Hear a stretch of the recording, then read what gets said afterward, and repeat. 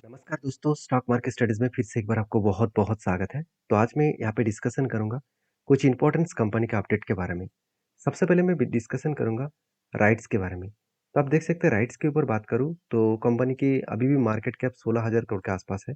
मतलब एक small cap type company है। इसके ऊपर 2 पॉइंट्स आपको याद रखना होगा। कंपनी के ऊपर 2 पॉइंट्स क्या है? कंपनी पहली बात वैल्यूएशन तो ठीक-ठाक ही है। जितना इंडस्ट्रीज़ पी रेशियो है, खुद का भी P ratio same to same है। आरओसी, आरओई भी ठीक-ठाक देखने को मिला। इनकम भी ज़बरदस्त है और डेप्थ एकदम ज़ीरो है। मतलब कर्ज़ा एकदम ज़ीरो बोल सकते हैं क्योंकि 8 करोड़ का कर्ज़ा है। देखिए 16,500 करोड़ का कंपनी में 8 करोड़ का कर्ज़ा तो उसको ज़ीरो ही कहेगा। मतलब ज़ीरो ही आप कह सकते हैं। और सबसे इम्पोर्टेंट पॉइंट क्या है, अगर मैं इस कंपनी के क्वार्टर रिज़ल्ट के बारे में बात करूँ, तो कंपनी का क्वार्टर रिज़ल्ट इस बार खराब हुआ है। चाहे वो ईयर ऑफ ईयर बेसिस में हो, चाहे वो क्वार्टर-क्वार्टर बेसिस में हो। और एक्सपेंस, इंटरेस्ट सब कुछ मिटाने के बाद नेट प्रॉफिट देख लीजिए 120 करोड़ से डायरेक्टली 90 करोड़ हो चुके हैं। जो इतने दिनों से कंपनी 78 से लेकर 145 बना था, 120 बने, अभी 90 करोड़ बने। मतलब कंपनी की जो प्रॉफिटेबिलिटी है, वो कम होता देखने को मिली। अभी इसी प्रॉफिटेबिलिटी के हिसाब से कंपनी के ऊपर जो ग्रोथ है, वो ग्रोथ थोड़ा-सा रुक चुके हैं। अभी ग्रोथ रुक चुके हैं, इसका मतलब क्या है? अगर आप चार्ट को ध्यान से देखेंगे, ये बहुत दिनों से देखिए कंपनी एक ही रेंज के ऊपर ट्रेड कर रहा है। इतने दिनों से क्या हो रहा था? इतने दिनों से कंपनी लगातार भागते चले जा रहे थे। देखिए कंपनी की एक रूल्स है, कंपनी थोड़ा-सा ऊपर गया, करेक्शन हुआ, उसको फिर से ब्रेकआउट किया, फिर से एक बार जर्नी किया, फिर से देखिए करेक्शन हुआ, एक ही रेंज के ऊपर होल्ड किया, फिर से ब्रेक करने का कोशिश कर रहा है। तो मतलब कंपनी बार-बार इसी रेंज के ऊपर कंपनी होल्डिंग पीरियड में है और जब भी इस नीचे लेवल को टच करेगा तब मेरा एंट्री बनेगा और यहाँ तक टारगेट बनेगा। मतलब क्या है, यहाँ पे एक बाइंग का रेंज बने, 1, 2, 3, 3 के 3 बाइंग कैंडल का रेंज बने और यहाँ पे जब भी नीचे आएगा तो यहाँ पे एक एंट्री बनेगा और इस हाई लेवल तक क्या बनेगा, इसका टारगेट।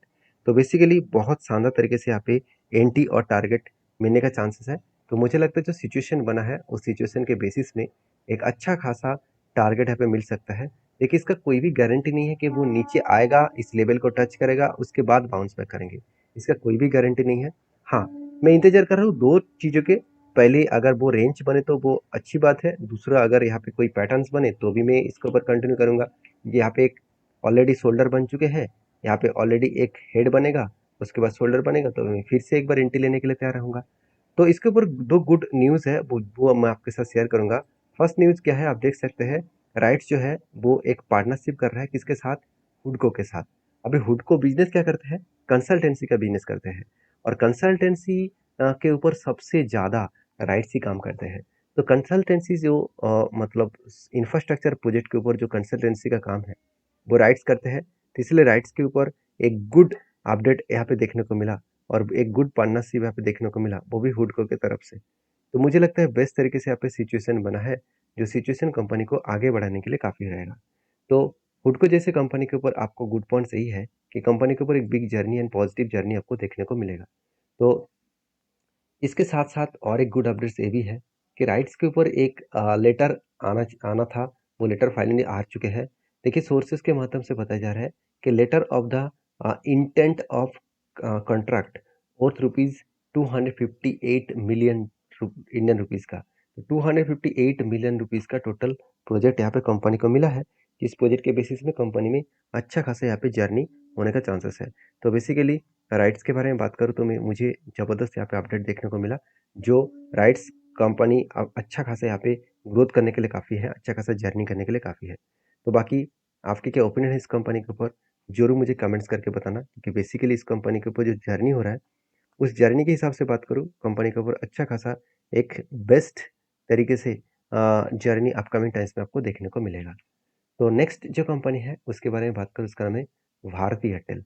देखिए भारती एयरटेल के ऊपर मुझे बहुत सारे दोस्तों ने कमेंट किया, सर जब से बीएसएनएल का ट्रेंड शुरू हो गया तब से लेकर टेलीकॉम सेक्टर में तो एक हलचल मच चुके हैं। जियो, रिलायंस, आइडिया, ये सारे कंपनीज तो प्रेशर में है। हाँ, ये बात सही है कि बीएसएनएल जब से मार्केट में आया तब से लेकर ये सारे कंपनीज का थोड़ा सा कस्टमर यहाँ पे डायरेक्टली बीएसएनएल के पास चला गया। तो क्या इसमें कंपनी के ऊपर कुछ प्रॉब्लम आएगा? देखिए, एक चीज़ों को पहले समझिए। अगर मैं प्रॉफ़िट एंड लॉस के बारे में बात करूँ, तो आप देख सकते हैं, जो कंपनी के 3 साल में लॉसेस देखने को मिला था प्रॉफ़िट में और सेल्स पॉज़िटिव था, तो इस बार टिल टू मंथ मतलब लास्ट 12 मंथ में क्या हुआ? लास्ट 12 मंथ में कंपनी का सेल्स ग्रोथ 5% से बढ़े और प्रॉफिट ग्रोथ 8% से बढ़े। मतलब सेल्स एंड प्रॉफिट दोनों को अगर डेटा को देखा जाए, तो कंपनी की एक अच्छा खासा पॉजिटिवली ग्रोथ देखने को मिला, जो पॉजिटिवली ग्रोथ कंपनी को आगे बढ़ाने के लिए काफ़ी है। हाँ, मैं बोलूँगा ज़रूर कि यहाँ पे कंपनी का सेल्स एंड प्रॉफिट ग्रोथ बहुत हद तक कम हुआ है, तो उसको रिकवरी कंपनी को करने के लिए टाइम लगेगा। क्योंकि बीएसएनएल बीच में घुस चुके हैं और बीएसएनएल का भी ट्रेंड चला है, हर कोई बीएसएनएल में पोर्ट करने का कोशिश कर रहा है। मगर मुझे नहीं लगता हर कोई बीएसएनएल पोर्ट कर कर उसको कुछ काम मिलेगा, मतलब उसको फ़ायदा होगा। क्योंकि बहुत सारे जगह पे तो नेटवर्क ही नहीं होता है। ये मैं खुद यूज़ करके देख चुका हूँ। मेरे पास बीएसएनएल का जो जो सिम मैं यूज़ किया था मेरे एक रिलेटिव का, उसको मैं ट्राई करके देखा हूँ कि हर जगह पे नेटवर्क है कि नहीं है। तो बहुत जगह पे तो नेटवर्क ही नहीं है और मतलब अभी भी नेटवर्क उतना स्ट्रॉन्ग नहीं है। तो अभी बताया जा रहा है कि नेटवर्क जल्द से जल्द स्ट्रॉन्ग हो जाएगा। अभी देखिए, मुझे लगता है नेटवर्क से नहीं है और बीएसएनएल खुद 5G लॉन्च करने के लिए जा रहा है।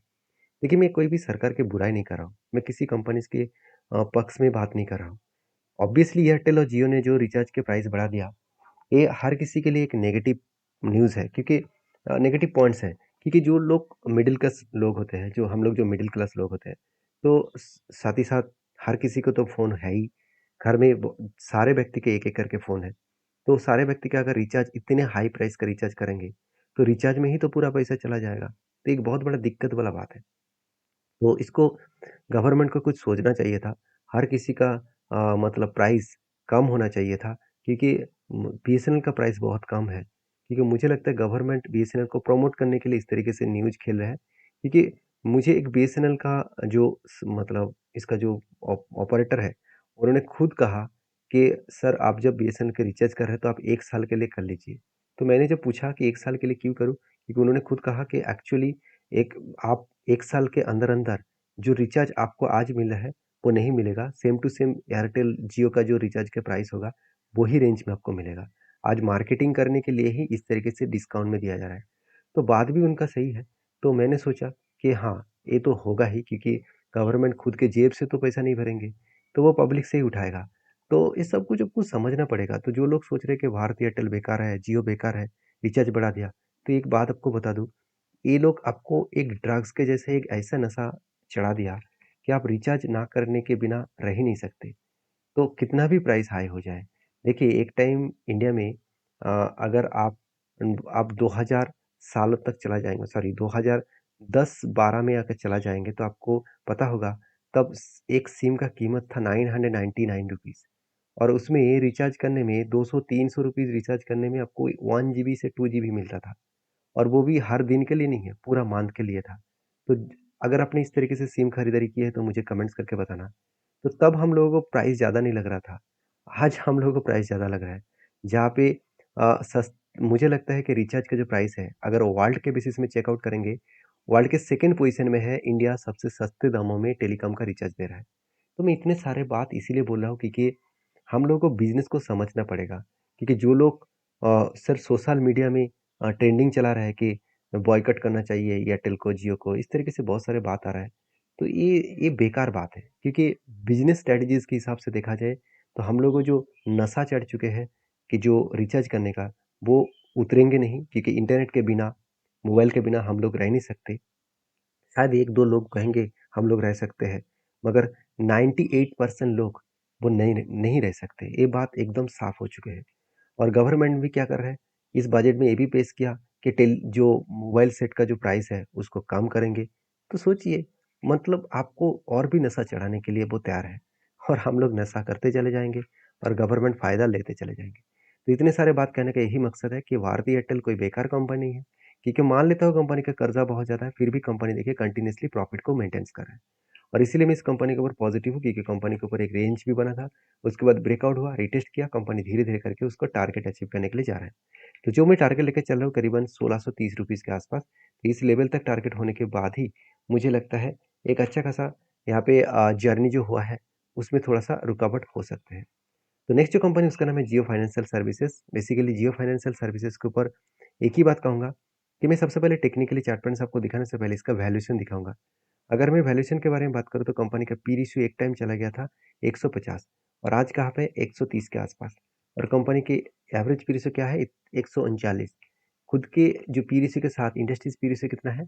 22 के आसपास, मतलब वैल्यूएशन अभी भी बहुत हाई है। और ये भी बताया जा रहा है कि ब्लैक रॉक के साथ बिग डील हुआ है।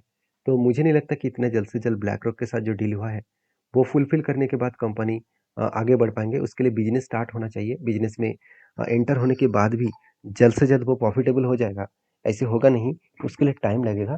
तो बाकी इस कंपनी के ऊपर तो मैं बुलिश हूँ, क्योंकि रिलायंस जैसे कंपनी के ऊपर इसका बिजनेस खास है, तो उसमें पॉजिटिव तो व्यू देखना चाहिए।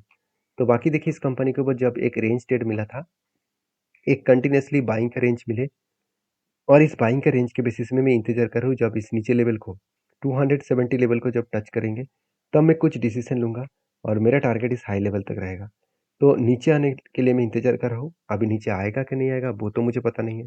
हाँ, अगर नीचे आए तो अच्छी बात है, अगर नीचे ना आए तो इसको मैं कंटिन्यू करूंगा, क्योंकि यहाँ पे एक पैटर्न्स बनने जा रहा है, कफ उसके बाद हैंडल, तो एक बेस्ट एंट्री बन सकते हैं। तो नेक्स्ट जो कंपनी है उसके बारे में बात करूँ, उसका नाम है पीबीबी इंफ्रा लिमिटेड। जो कंपनी जल्द से जल्द एक के बदले एक शेयर बोनस देने जा रहा है। तो जो लोग बोनस पाना चाहते हैं एक बार डीपली रिसर्च करें, उसके बाद काम करें। वीडियो अच्छा लगे तो प्लीज़ लाइक करिए, दोस्तों के साथ भी शेयर करिए। Thank you.